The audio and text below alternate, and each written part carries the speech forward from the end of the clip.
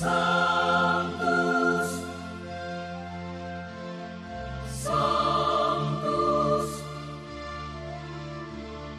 Sanctus Dominus Deus Sabaoth. Salam jumpa kembali saudara-saudariku yang terkasih dalam Tuhan kita Yesus Kristus. Salam sejahtera untuk kita semua. Berkat Allah yang Maha Kuasa senantiasa menyertai kita. Marilah kita mendengarkan dan merenungkan bacaan-bacaan kitab suci hari Kamis tanggal 23 Januari tahun 2025. Dalam nama Bapa dan Putra dan Roh Kudus. Amin. Bacaan pertama dari surat kepada orang Ibrani bab 7 ayat 25 sampai bab 8 ayat 6. Saudara-saudara, Yesus sanggup juga menyelamatkan dengan sempurna semua orang yang demi Dia datang kepada Allah. Sebab Ia hidup lestari untuk menjadi pengantara mereka. Imam agung seperti inilah yang kita perlukan, yakni saleh, tanpa salah, tanpa noda, yang telah dipisahkan dari orang-orang berdosa dan ditinggikan mengatasi segala langit. Yang tidak seperti imam-imam besar lain, yang setiap hari harus mempersembahkan korban untuk dosanya sendiri, dan sesudah itu barulah untuk dosa umatnya. Hal itu sudah dilakukan Yesus satu kali untuk selama-lamanya, yakni ketika Ia mempersembahkan dirinya sendiri sebagai kurban. Hukum Taurat menetapkan orang-orang yang tidak sempurna menjadi imam agung. Tetapi sesudah hukum Taurat itu, diucapkanlah sumpah yang menetapkan putra yang sudah sempurna sampai selama-lamanya menjadi imam agung. Inti segala yang kita bicarakan ini ialah kita mempunyai imam agung yang seperti itu. Ia duduk di sebelah kanan tahta yang maha besar di surga dan melayani ibadat di tempat maha kudus, yaitu di dalam kemah sejati yang didirikan oleh Tuhan dan bukan buatan manusia. Setiap imam agung ditetapkan untuk mempersembahkan kurban atau persembahan kepada Allah. Oleh karena itu, Yesus harus mempunyai sesuatu untuk dipersembahkan. Sekiranya Ia berada di bumi ini, Ia sama sekali tidak akan menjadi imam, karena di sini sudah ada orang-orang yang mempersembahkan persembahan menurut hukum Taurat.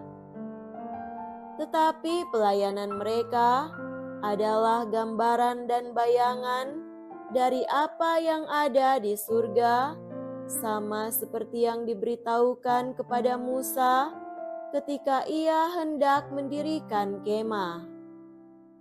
Ingatlah, demikianlah firman Tuhan, buatlah semuanya itu menurut contoh yang telah ditunjukkan kepadamu di atas gunung itu. Tetapi sekarang Yesus telah mendapat tugas pelayanan yang jauh lebih agung, karena Ia menjadi pengantara dari perjanjian yang lebih mulia yang didasarkan atas janji yang lebih tinggi. Demikianlah sabda Tuhan. Syukur kepada Allah. Semoga Tuhan beserta kita sekarang dan selama-lamanya. Inilah Injil suci menurut Santo Markus. Dimuliakanlah Tuhan. Injil Markus bab 3 ayat 7 sampai 12. Sekali peristiwa, Yesus menyingkir ke danau bersama murid-muridnya, dan banyak orang dari Galilea mengikuti Dia. Juga dari Yudea, dari Yerusalem, dari Idumea, dari seberang Yordan, dan dari daerah Tirus, serta Sidon, datanglah banyak orang kepadanya sesudah mereka mendengar segala yang dilakukannya. Karena orang banyak itu, Yesus menyuruh murid-muridnya menyediakan sebuah perahu baginya, jangan sampai Dia terhimpit oleh mereka. Sebab Yesus menyembuhkan banyak orang, sehingga semua penderita penyakit berdesak-desak ingin dijamah olehnya. Bila roh-roh jahat melihat Yesus, mereka jatuh tersungkur di hadapannya dan berteriak, "Engkaulah Anak Allah." Tetapi dengan keras, Yesus melarang mereka memberitahukan siapa Dia. Demikianlah sabda Tuhan. Terpujilah Kristus. Saudara-saudariku yang terkasih dalam Tuhan kita Yesus Kristus, tema renungan kita pada hari ini adalah Yesus adalah Tuhan dan Penyelamat dunia. Dari berbagai sumber, kita bisa mengetahui bahwa betapa banyak orang yang meragukan kealahan Yesus. Satu argumen yang paling sering kita dengar dari pihak lawan adalah bahwa Yesus tidak pernah menyatakan secara langsung bahwa dirinya Allah. Para pengkritik karena rasa ingin tahu dan rasa ingin mengalahkan terus-menerus membolak-balik kitab suci untuk mempertahankan pendapatnya. Hal menarik dari kejadian ini adalah yang bersangkutan kemudian membaca kitab suci lebih dari seorang Kristiani membaca kitab sucinya. Bacaan kitab suci hari ini, terutama bacaan Injil, memberi kita sebuah gambaran bahwa Yesus tidak perlu menyatakan diri sebagai Allah. Layaknya banyak orang hebat, tidak pernah gembar-gembor siapa dirinya untuk dapat dikenal.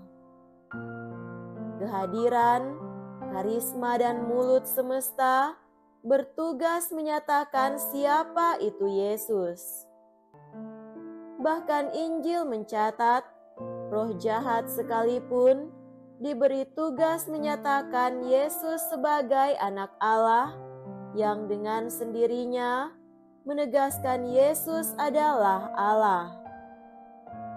Saudara-saudariku terkasih, kita perlu sampai pada pengenalan Yesus sebagai Allah agar iman kepercayaan kita bertumbuh. Banyak kali Yesus dihadirkan tidak benar-benar sebagai Allah oleh kita semua yang beriman kepadanya. Kita memperlakukan Yesus hanya sekedar pengabul doa, pembebas dari segala halangan manusiawi seperti sakit dan penderitaan, tetapi bukan sebagai Allah. Yesus bukan sekedar dokter atau dukun kehidupan. Ini berbahaya. Yesus harus menjadi lebih dari semua itu bagi hidup orang beriman menjadi Allah kita. Dengan menjadi Allah, Yesus kemudian tak terbantahkan adalah jalan pasti kita menuju hidup kekal.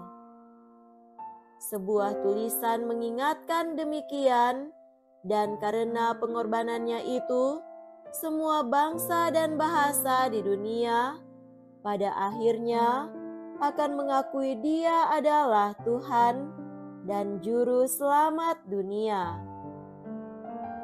Semoga demikian. Amin. Dalam nama Bapa dan Putra dan Roh Kudus. Amin.